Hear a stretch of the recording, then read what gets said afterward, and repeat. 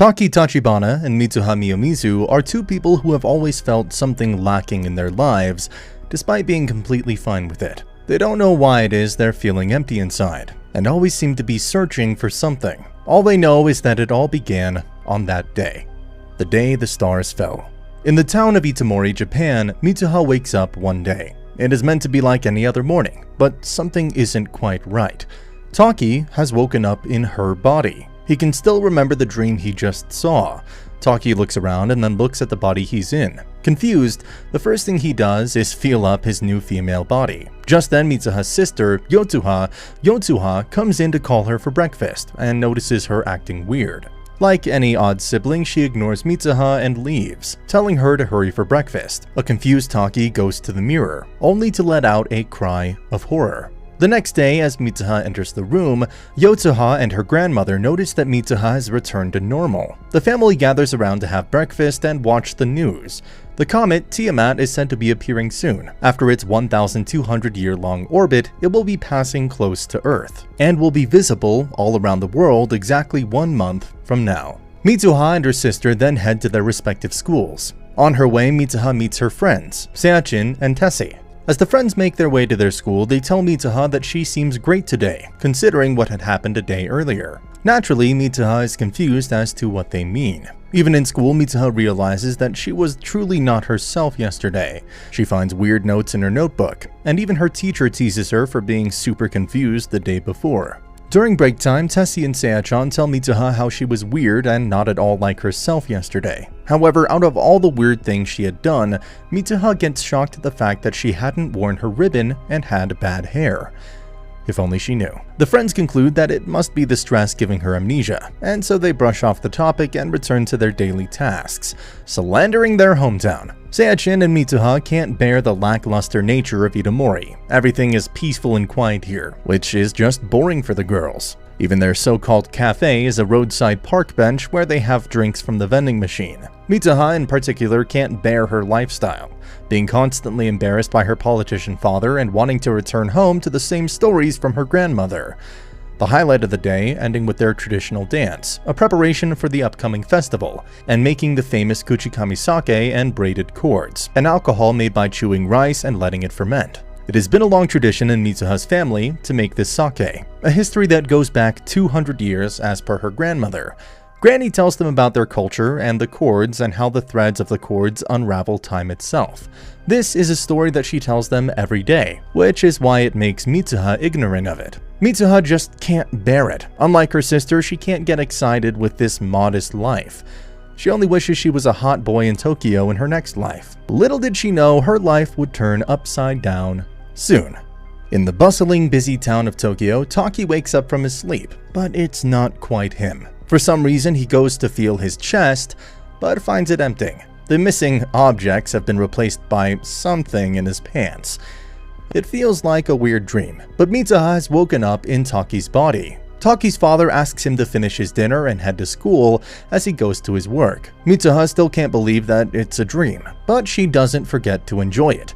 Tokyo has been one of the places she wanted to visit, and she enjoys her stay there. She wanders around town for so long that she forgets to head to school and gets lost on the way. Later, during her break, she catches up with Taki's friends, Tsukasa and Shinta, hoping to make sense of the things happening to her. She gets confused many times with her pronouns while talking. Classic Gen Z issues right there. They then go to a cafe and spend their time until evening. Mitsuha, who had always dreamed of a more interesting life, enjoys her day in Taki's body. She roams the streets, clicks pictures of her food, and even helps Taki's senior at work, Miki, with her dress. That last one really doesn't do any justice to Taki's character. Before going to bed, Mitsuha leaves a message on Taki's phone and writes down her name on his palm, almost as if she knew that they would switch back the next day. The next day, like Mitsuha predicted, Taki is back in his own body. His friends find him lacking his previous cuteness, and all his co-workers, who apparently had a crush on Miki, are all angry at him for spending time with her yesterday. Taki, who is super confused at this point, only has one explanation, a message on his phone saying, "Thanks to my girl power." Both of them now realize that during their dream, they switch bodies. A few more days pass and they begin to make sense of all that's happening. A few times every week, they switch bodies when they sleep, randomly. When they return back to their own bodies, they have no memory of what happened yesterday, so the pair start laying ground rules and leaving notes of do's and don'ts on each other's cell phone for when they have switched bodies. Taki's list contains things like don't waste money, while Mitsuha's list contains, you guessed it, don't look. It really doesn't make sense for her to be stuck on that. Like, Taki could have framed her for grand larceny if he wanted, but what Mitsuha's most concerned about is that he doesn't look. Then, the day of the arrival of the comet is near, and Mitsuha's grandma decides to take her sister to the family deity Mitsuba's shrine. Taki, who is now in Mitsuha's body, makes the journey with Yotsuha and her grandmother to the beautiful shrine at the center of a great crater. When they reach there, Grandma asks Mitsuha to offer her Kuchikami sake. Offering this to Musubi means to offer half of yourself. Taki makes the offering on her behalf. It's almost twilight when they return, and Taki jolts up from his sleep suddenly, tears in his eyes. Taki takes a look at his phone, and he realizes that Mitsuha has fixed him up for a date with Miki. Flustered and hurried, he races to meet Miki. Back at Itomori, Mitsuha feels the need to go to Taki's date. She has started developing feelings for Taki, which is why Mitsuha wishes to meet Taki for real. She tells her sister that she's leaving for Tokyo and skips school that day.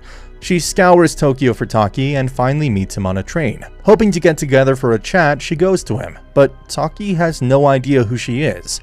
Seeing Taki ignoring her very presence, Mitsuha feels wronged and sad and excuses herself to leave. Taki asks for her name, but she is already on her way out. She screams her name to Taki and barely hands him her braided cord as she is pushed out of the train by a swarm of exiting people. On his date, Taki spends his time nervously around Miki, and by the end of the date, he's glad for it to be over. Even Miki realizes that Taki, while having had a crush on her earlier, doesn't seem to like her anymore. After the date, Taki takes a look at the notes Mitsuha had left. He is confused at her mentioning of the comet that appears on that night, because the sky above him was clear. Taki decides that he should tell Mitsuha about everything the next time they swap bodies.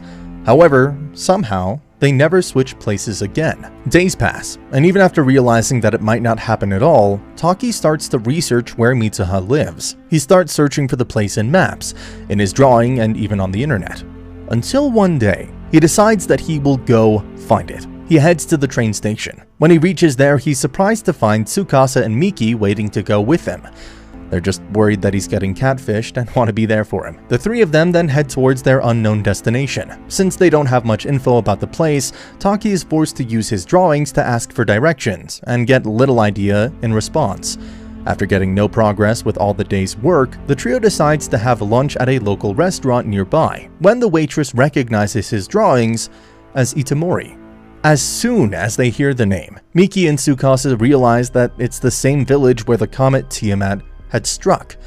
They rushed to where the village was to find that it was completely decimated and nothing but a lake remained. 3 years ago, when Comet Tiamat was closest to Earth, it had split, causing one half of it to land into Itomori, killing several hundred people. Suddenly, the realization hits him. It was true that Itomori, along with its residents, had been destroyed by the Astray meteor. The friends head to the library to gather details and find that over 500 people who gathered at the festival had died because of the meteor. They check the names of the dead people and find Tessie Seichin and Mitsuha's names mentioned. Taki is saddened and confused even more. Just a few weeks ago he had known her. However, he doesn't lose hope and continues reading books on Itomori. When Miki checks the book, she finds that braided cords, like the one on Taki's hands, were a specialty of Itomori. She asks how he got it, but Taki has no idea about it. He only knows that he's been wearing it for over 3 years now as a lucky charm. He suddenly remembers that someone had told him about the power of the cords that can unravel time itself, and remembers the day he went to the Mitsubi shrine with Mitsuha's granny, so he decides to go there. The next morning, on a rainy day, he heads to the shrine. He believes that with the Kuchikami sake, he can travel back in time from before the comet struck. I know it sounds crazy, but the guy had been switching bodies with a girl for the past month. Nothing would be a crazy idea for him at this point. Taki carefully takes Mitsuha's Kuchikami sake and drinks it, pouring half of Mitsuha's soul into his. Her memories from childhood start flowing into him. Everything up to the point she had died is now a part of Taki. The world suddenly stops and Taki blacks out. When he opens his eyes again, he's Mitsuha, once again. She hasn't passed away yet. Taki can't stop himself from crying at this. In the news, he finds that the comet would be striking today. Granny then sits him down and tells him that she knows he's not Mitsuha. She tells him that it's been a thing that happened with herself and Mitsuha's mother as well. She has long forgotten whose life she was in, and so she wants him to cherish it while it lasts. Taki then rushes to Mitsuha's school, determined to save everyone in Itomori before the comet strikes. He somehow talks her friends, Seochin and Tessie, into helping her out. They plan to use the emergency speakers to evacuate the people out of town to the high school, which is outside the danger zone. Tessie will be placing explosives in the power plant on the outskirts of the village to make sure the threat seems real, and Mitsuha will try to persuade her father, who is now the mayor, to help them out. Taki goes to Mitsuha's father's office, and he's called stupid for making such assumptions. This makes Taki angry, who almost hits the man. Controlling himself, Taki leaves to persuade the people in town, but not even Yotsuha agrees with his intentions. He realizes that only Mitsuha can convince them, so he rushes to the Musubi Shrine on Tessie's bike, asking them to go ahead with the plan. On top of the Musubi Shrine's crater, when the sun had just hit the end of the earth, when it was neither night nor day, Taki and Mitsuha reunite once again. They return to their respective bodies, and Taki tells her that she had met him before. The two of them were on a 3-year delay. Then, he gives her the braid cord back, and they promise to meet again after all of this. For just in case they forget everything again, they decide to write each other's names in their hands. Taki does it first, but just as Mitsuha tries writing her name in Taki's hands, the twilight ends, and they're separated once again. The comet comes near and Mitsuha rushes back. She chants Taki's name all the way, promising herself that she won't forget his name. She meets up with Tessie, who had planted the bomb. They go ahead with the plan and the power plant explodes. Seochin makes a fake announcement in the emergency speakers asking people to evacuate the high school as there is a fear for further explosions. There is just one problem. Mitsuha cannot remember his name. What was his name? She's troubled by it, but there's no time, as the city council announces that the previous announcement was fake and everyone should stay where they are. Mitsuha rushes to her father's office, her mind still wanting to remember that name. She rushes and runs so fast that she stumbles and hurts herself pretty badly. Just then, she notices that there's something written on her palm. However, instead of a name, she finds "I love you" written on her hand. She laughs and cries with joy. While she couldn't possibly remember him with that, she's glad that he feels the same way as her. This fills her with determination, and she rushes once again to reach her father's office. Her sister and grandmother are already there. At the city festival, Tessie is frustrated that their plan didn't work, when he suddenly realizes that the meteor had split, just like Mitsuha said it would. The sky turns beautiful and red, exaggerated by the fact that the town's electricity had shut down. Soon enough, the meteor strikes. Buildings and bridges are destroyed, along with half of the town. The next day, Taki wakes up on the Musubi Shrine crater with no memory of what had happened. He has no idea of what he's doing there. He watches over the large lake in confusion. Several years have now passed, and Taki always has a feeling that he's missing something, someone, but he doesn't know who or what. Ever since that day, the day the stars fell. One day he meets Miki again, and they reminisce about that one time Taki had dragged them to the Musubi Mountains of Itomori. He had no reason to be so obsessed with the place and tells himself that it was probably because of the miracle that had happened in Itomori. Years ago, when the comet had hit the town, miraculously all the citizens were safe and unhurt because the mayor had asked for an emergency evacuation drill at the very last moment. Later that day, as he was on his way to another interview, he sees her on a train, heading in the opposite direction. The face that he had not seen in a long while. Someone he knew, but couldn't quite remember. Their eyes meet, and they know instantly that they should meet. They get off their respective trains as soon as it stops and rush toward each other. Strangers, and yet with such a connection. They look at each other for a long while, each wanting the other to speak, and finally they do so at once and ask, "Your name?"